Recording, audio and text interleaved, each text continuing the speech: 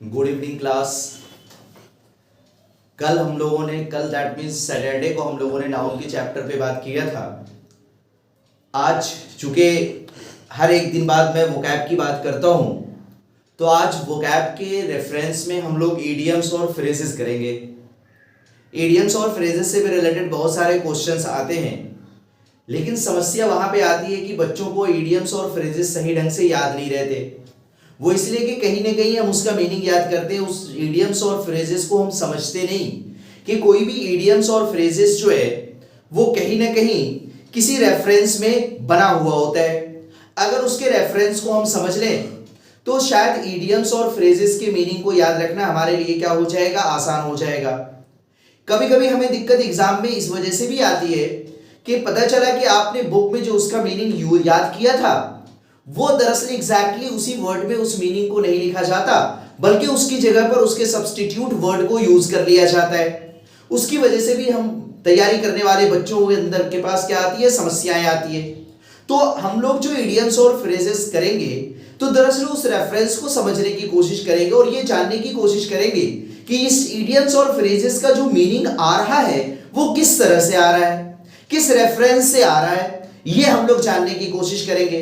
पहली बात तो आप ये जान लें कि इडियम्स और फ्रेजेस होता क्या है।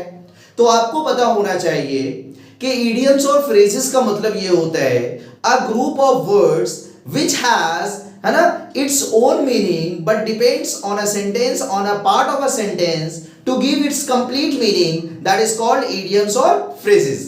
यानी इडियम्स और फ्रेजेस ये दोनों के दोनों ग्रुप ऑफ वर्ड्स होते हैं जिसका अपना एक अर्थ होता है, लेकिन ये अपने अर्थ को बताने के लिए या तो किसी सेंटेंस पे डिपेंड हुआ करेगा या फिर सेंटेंस की किसी पार्ट पे डिपेंड होता है। जब उसके साथ उस ग्रुप ऑफ वर्ड्स को आप ऐड करते हैं तब फिर वो अपने आप में क्या होता है, कंप्लीट मीनिंग होता है। ठीक है, तो ऐसे ग्रुप ऑफ वर्ड्स के बारे में हम लोग क्या करेंगे, बात करेंगे। ठीक है, देखिए मैंने कुछ इडियम्स और फ्रेजेस आपके सामने लिखा है। ऐसे ही समय समय पे मैं आपको इडियम्स और फ्रेजेस भी करवाता रहूंगा, क्योंकि इडियम्स और फ्रेजेस से रिलेटेड एग्जाम में बहुत सारे प्रश्न पूछे जाते हैं, है ना। अभी आपका एमटीएस का एग्जाम होना है, आगे सीएचएसएल का एग्जाम होना है, इन सारे एग्जाम्स में भी आपको, है ना, इडियम्स और फ्रेजेस पूछे जाएंगे। देखिए पहला इडियम जो मैंने लिखा है वो मैंने क्या लिखा है, अ मैन ऑफ लेटर्स। अब देखिए इस ग्रुप ऑफ वर्ड्स को अगर आप समझ लें तो इसका मीनिंग लर्न करना और याद रखना आपके लिए बहुत आसान हो जाएगा। मैन का बेसिकली मीनिंग सबको पता है कि मैन का मतलब क्या होता है, व्यक्ति होता है, पर्सन होता है। और एस्ट्रो का मीनिंग आप जानते होंगे, और अगर नहीं जान रहे हैं तो मैं आपको बता रहा हूं एस्ट्रो का मीनिंग क्या होता है। एस्ट्रो का मीनिंग होता है खरपतवार, घास फूस, है ना, या आप भूसा कह लें। और ये जो खरपतवार या घास फूस होता है इसे क्या माना जाता है, कमजोर माना जाता है, ये बड़े नाजुक होते हैं, है ना। तो एस्ट्रो वर्ड को मैन के साथ जोड़ा गया, तो मैन का मतलब व्यक्ति और एस्ट्रो का मतलब क्या हुआ, घास फूस। यानी घास फूस वर्ड जो लिया जाता है वो किस रेफरेंस में लिया जाता है, कमजोर के रेफरेंस में लिया जाता है। या फिर, है ना, घास फूस को हम वैल्यूलेस भी कहीं ना कहीं समझते हैं। इस वजह से इस मैन ऑफ एस्ट्रो का जो मीनिंग होता है, इसका मीनिंग होता है वीक पर्सन, यानी कमजोर व्यक्ति। अगर मैन ऑफ एस्ट्रो का मीनिंग आप लिखें तो आप लिख सकते हैं क्या, वीक पर्सन, यानी कमजोर व्यक्ति। या फिर इसका मीनिंग आप ये भी कह सकते हैं वैल्यूलेस पर्सन, यानी ऐसा व्यक्ति जिसकी कोई वैल्यू ना हो। या फिर आप ये भी कह सकते हैं जो अनइम्पोर्टेंट हो, है ना, जो महत्वपूर्ण व्यक्ति नहीं हो, उसको हम किस नाम से जानते हैं, मैन ऑफ एस्ट्रो के नाम से जानते हैं। जैसे मान लिया जाए अगर आप इसे सेंटेंस में यूज करना चाहें, है ना, मैन ऑफ एस्ट्रो को, तो आप ये लिख सकते हैं कि his advice is often discarded by his colleagues because he is a man of straw, he is a man of straw, है ना। यानी उसकी एडवाइस जो है अक्सर उसके साथ में काम करने वाले यानी कलीग्स के द्वारा डिस्कार्ड कर दिया जाता है, यानी नकार दिया जाता है, नजरअंदाज कर दिया जाता है, because he is a man of straw, चूंकि वो कमजोर व्यक्ति है या अनइम्पोर्टेंट पर्सन है ना, या वैल्यूलेस पर्सन है, आप ये कह सकते हैं। तो शायद मैन ऑफ स्ट्रॉ का मीनिंग आप समझ गए होंगे कि मैन ऑफ स्ट्रॉ का क्या मीनिंग होगा। फिर से मैं रिपीट कर दे रहा हूं, मैन का मतलब व्यक्ति और स्ट्रॉ का मतलब क्या होता है, घास फूस यानी बेकार चीज, है ना। तो यहां पर स्ट्रॉ का मतलब क्या ले लिया गया है, कमजोर से लिया गया है ना। और स्ट्रॉ का मतलब वैल्यूलेस भी होता है ना। तो अ मैन ऑफ स्ट्रॉ का मतलब वीक पर्सन होगा या फिर वैल्यूलेस पर्सन, आप ये भी कह सकते हैं, यानी जिसकी कोई वैल्यू ना हो। अगला देखिए, आपने लिखा अ मैन ऑफ लेटर्स, है ना। अब मैन का मतलब व्यक्ति और लेटर्स का मतलब क्या होता है, लेटर्स मतलब लेटर, यानी जो भी हम भाषा पढ़ते हैं हर भाषा में क्या होते हैं, लेटर होते हैं, ठीक है। तो यहां पर लेटर्स वर्ड जो लिया गया है, यानी ऐसा व्यक्ति जो लेटर्स का व्यक्ति हो। लेटर्स का व्यक्ति का मतलब क्या मतलब, यानी ऐसा व्यक्ति जिसने लेटर्स को पढ़ा हो, यानी लेटर्स का मतलब जो यहां लिया गया है वो किससे लिया गया है, एजुकेटेड से लिया गया है, पढ़े लिखे व्यक्ति से लिया गया है। देखिए दरअसल ये जो मैं इडियम्स और फ्रेजेस मैं आपके लिए लिख रहा हूं, ये वो इडियम्स और फ्रेजेस हैं जो आपके रिसेंटली जो एमटीएस का एग्जाम है उसमें हो सकता है कि आपसे ये पूछा जाए, चूंकि मैंने ऐसे ही आसान आसान इडियम्स और फ्रेजेस आपके सामने रखने की कोशिश करी है, जो कि जनरली देखा जाता है कि एमटीएस के पेपर में पूछा गया होता है, ठीक है। तो आपने क्या लिखा, अ मैन ऑफ लेटर्स। तो अ मैन ऑफ लेटर्स का मतलब क्या होगा, एन, है ना, एजुकेटेड पर्सन, यानी जो पढ़ा लिखा व्यक्ति होता है उसे हम किस नाम से जानते हैं, मैन ऑफ लेटर्स के नाम से जानते हैं। जैसे आप किसी के लिए सेंटेंस लिख सकते हैं, he is a man of letters. इसका मतलब क्या होगा कि वो एक पढ़ा लिखा व्यक्ति है, वो एजुकेटेड पर्सन है, ठीक है। चलिए अब देखिए अगला जो इडियम आपने लिखा है वो आपने क्या लिखा है, a bull in a China shop. अब देखिए बुल का मतलब सबको पता है, बुल का मतलब सांड होता है, ठीक है। और शॉप का मतलब भी सबको पता है, शॉप का मतलब क्या, दुकान होती है। और चाइना वर्ड जो यहां पर लिया गया है ये कमजोर से लिया गया है, कमजोर के मीनिंग में आपने सुना होगा लोगों को बोलते हुए, है ना। जैसे किसी सामान को किसी ने खरीदा तो आपने कहते हुए सुना होगा, अरे यार क्या बेकार ले आए हो, चाइना का सामान ले आओ। यानी चाइना वर्ड जो बेसिकली, है ना, किसी भी चीज के लिए यूज करते हैं जनरली, वो किस चीज को दिखाने के लिए, शो ऑफ करने के लिए कि कमजोर, है ना, कि वो चीज क्या है, कमजोर है। तो यहां पर चाइना वर्ड जो लिया गया है वो कमजोर के मीनिंग में, और शॉप का मतलब दुकान, और बुल का मतलब सांड, यानी बुल क्या है, मजबूती, स्ट्रेंथ को दर्शा रहा है, यानी किसी कमजोर दुकान में सांड का घुस जाना। अब इसका मतलब क्या होगा भाई, किसी कमजोर जगह पे अगर कोई मजबूत चीज, है ना, क्या हो जाए, घुस जाए, इंटर हो जाए, तो क्या हो जाएगा, जाहिर सी बात है वो कमजोर चीज क्या हो जाएगी, डैमेज हो जाएगी, है ना। जैसे अभी चने का मौसम है तो आपने देखा होगा गांव वगैरह में चने के खेत को जो है ना बचाया जाता है सांड से, पता चला खेत में घुस गया तो उस चना भी खा लिया और पूरे खेत को तहस नहस कर दिया। तो अब bull in a China shop का मतलब क्या होगा, कुछ भी ऐसा, चाहे कोई व्यक्ति हो, चाहे कोई जानवर हो, चाहे कोई चीज हो, जो किस चीज को क्रिएट करे, डैमेज को क्रिएट करे, जो आपको नुकसान पहुंचाए, उसे हम किस नाम से जानते हैं, a bull in a China shop के नाम से जाना जाता है। यानी a bull in a China shop का मैं मीनिंग आपके सामने लिख दे रहा हूं, और बाकी सारे इडियम्स और फ्रेजेस को हम लोग सेंटेंस में भी यूज करेंगे, मैं इसे रब कर रहा हूं, ठीक है। चलिए देखिए,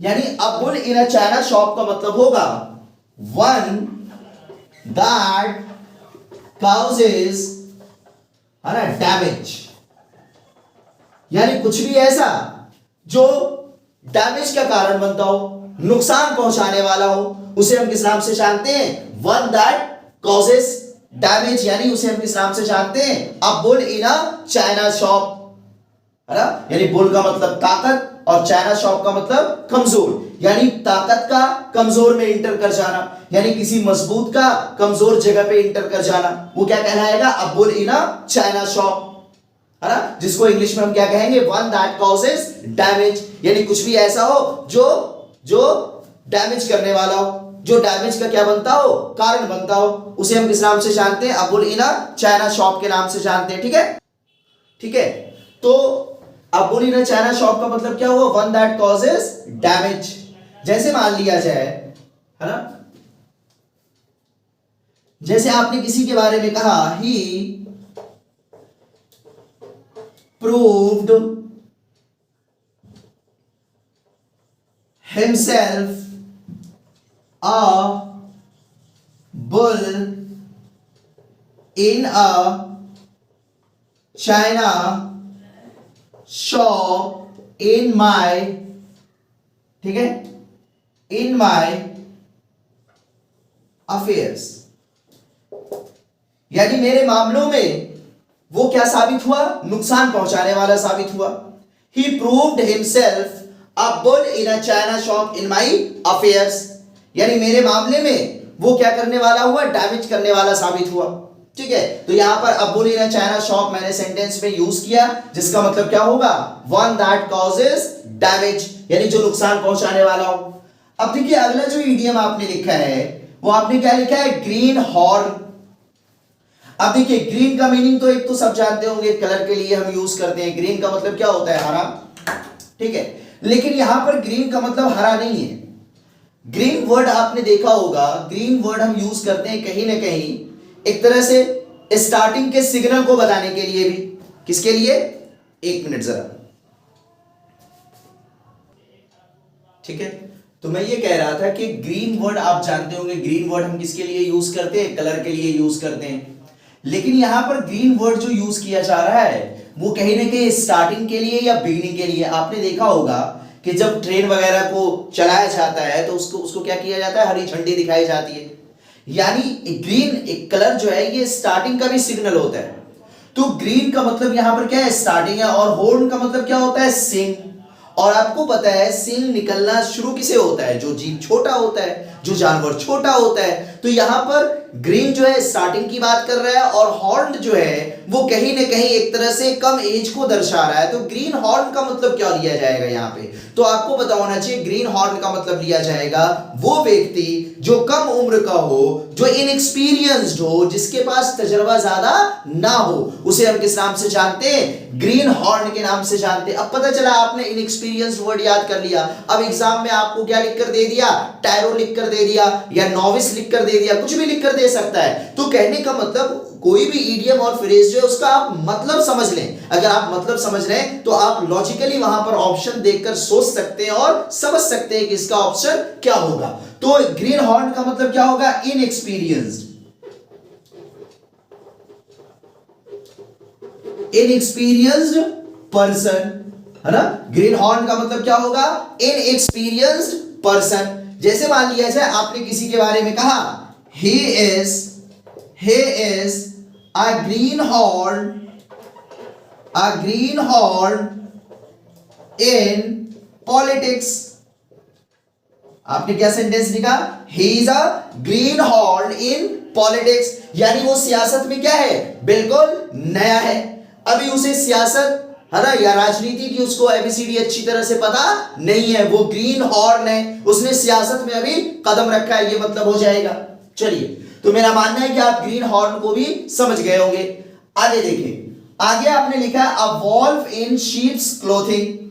अब देखिए वॉल्फ का मीनिंग आपको पता होगा, वॉल्फ वर्ड हम यूज करते हैं दरअसल भेड़िए के लिए, जो कि बड़ा खतरनाक होता है, और शीप वर्ड हम यूज करते हैं भेड़ के लिए, जो कि वफादार भी होता है और हमें नुकसान नहीं पहुंचाता। तो आपने क्या लिखा, अ वॉल्फ इन शीप्स क्लोथिंग, यानी भेड़िया भेड़ के भेष में, है ना। तो इसका क्या मतलब हुआ, इसका मतलब ये हुआ कि कोई ऐसा व्यक्ति जो अच्छा होने का क्या करता हो, एक तरह से नाटक करता हो, यानी वो डेंजरस पर्सन हो, डेंजरस व्यक्ति हो, खतरनाक व्यक्ति हो, लेकिन वो एक शरीफ और अच्छा इंसान होने का क्या करता हो, दिखावा करता हो। ऐसे व्यक्ति को हम किस नाम से जानते हैं, अ वोल्फ इन शीप्स क्लोथिंग। ठीक है, इसका मीनिंग मैं लिख दे रहा हूं आपके सामने, लिख लें आप, वैसे रब कर रहा हूं, ठीक है। चलिए देखिए,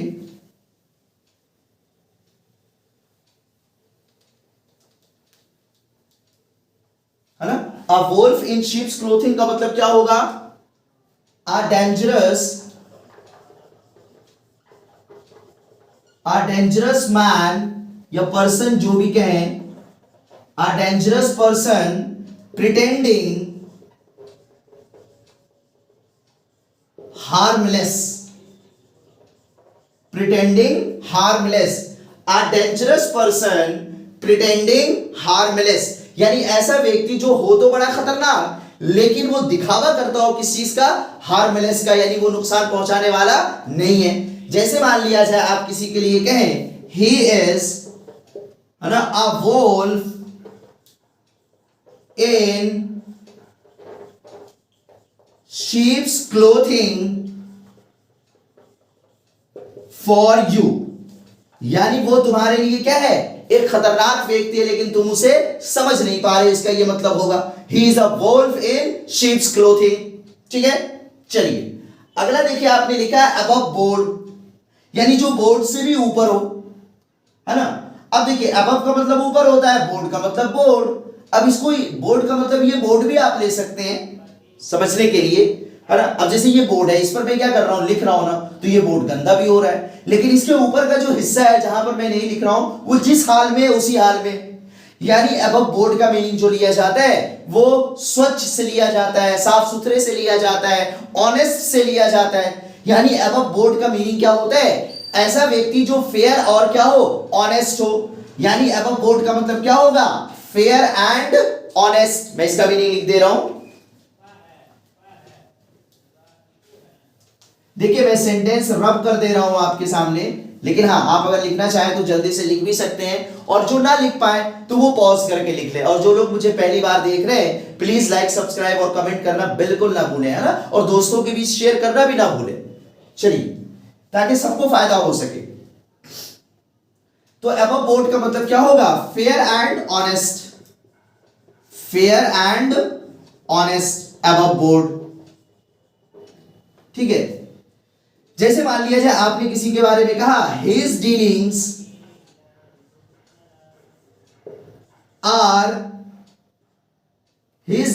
are above board, यानी उसकी जो डीलिंग है वो क्या है, साफ स्वच्छ छवि वाली है। यानी किसी भी मामले की वो डीलिंग करता है, चाहे वो बिजनेस डीलिंग हो, फाइनेंशियल डीलिंग हो, किसी भी तरह की डीलिंग हो, उसकी डीलिंग क्या है, अबव बोर्ड है, यानी बिल्कुल ऑनेस्टली वो डील करता है, ये मतलब हो जाएगा। ठीक है, अब देखिए अगला आपने सेंटेंस लिखा है, और सॉरी सेंटेंस में कह रहा हूं, सॉरी सेंटेंस नहीं, आपने अगला इडियम जो लिखा है, ग्रुप ऑफ वर्ड्स जो लिखा है, क्या लिखा है, ऑल एंड सनड्राई। अब देखिए ऑल का मीनिंग सबको पता है, ऑल का मतलब क्या होता है, सबके सब। ठीक है, और सनड्राई वर्ड किसके लिए यूज करते हैं, सनड्राई वर्ड यूज किया जाता है एक तरह से डिफरेंट काइंड्स के लिए या कॉमन के लिए। ठीक है, तो इन दोनों वर्ड्स को मिलाकर ईडियम बनाया गया ऑल एंड सनड्राई। तो ऑल एंड सनड्राई का मीनिंग क्या हुआ, ऑल एंड सनड्राई का मीनिंग ये हुआ कि बिना भेदभाव के सबके सब, यानी कंप्लीटली आप कह सकते हैं इसका मतलब होगा ऑल एंड सनड्राई, पूरा का पूरा इसका मतलब हो जाएगा ऑल एंड सनड्राई। ठीक है, या फिर आप कह सकते हैं एवरीवन विदाउट डिस्टिंक्शन, यानी बिना किसी को डिस्टिंक्ट किए, बिना किसी को अलग किए, सबके सब, ये मतलब हो जाएगा किसका, ऑल एंड सनड्राई का। मैं इसका मीनिंग लिख दे रहा हूं,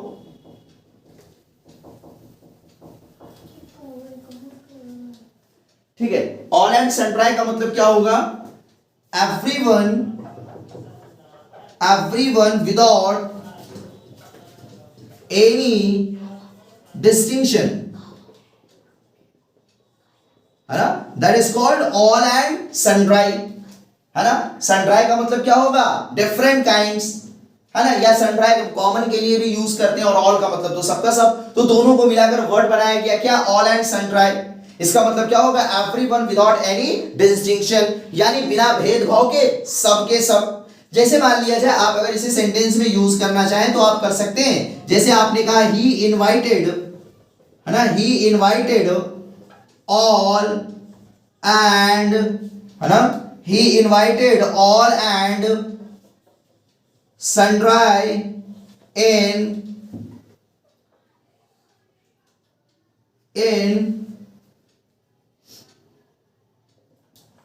the birthday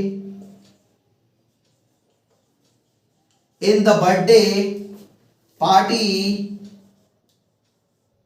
है ना, of his wife, मान लिया जाए आपने लिखा, यानी अपने वाइफ के बर्थडे पार्टी में उसने बिना भेदभाव किए, यानी सबको क्या किया उसने, इनवाइट किया, है ना। तो ऑल एंड सन्ड्राई का मतलब क्या होगा, सबका सब, यानी बिना भेदभाव के, बिना किसी को छोड़े, ठीक है। चलिए अब देखिए अगला वर्ड आपने लिखा है अल्फा एंड ओमेगा। अब ये दोनों ग्रीक वर्ड है, ठीक है।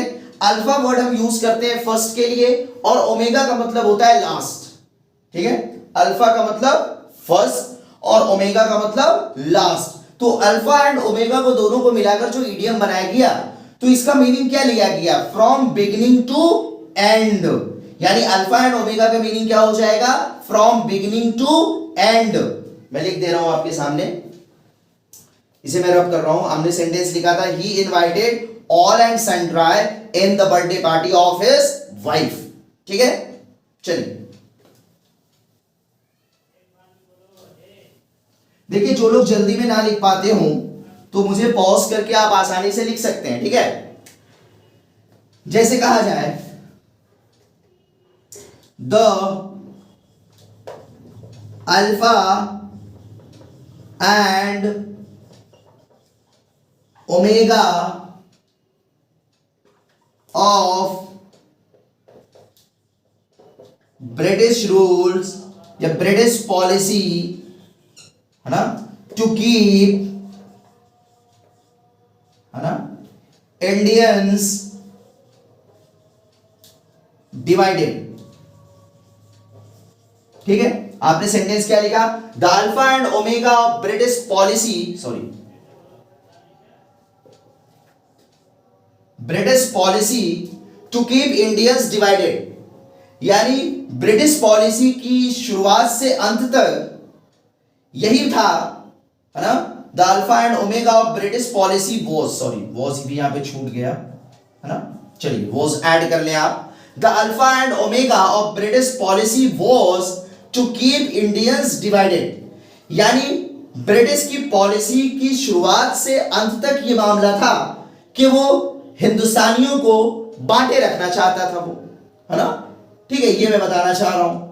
तो यहां पर अल्फा एंड ओमेगा जो यूज किया गया है ये दरअसल फ्रॉम बिगिनिंग टू एंड की बात कर रहा है। चूंकि अभी मैंने आपसे कहा कि अल्फा का मतलब क्या होता है, फर्स्ट होता है, और ओमेगा का मतलब क्या होता है, लास्ट होता है। लिहाजा इसका मीनिंग क्या यहां पर लिया गया है, फ्रॉम बिगिनिंग टू एंड।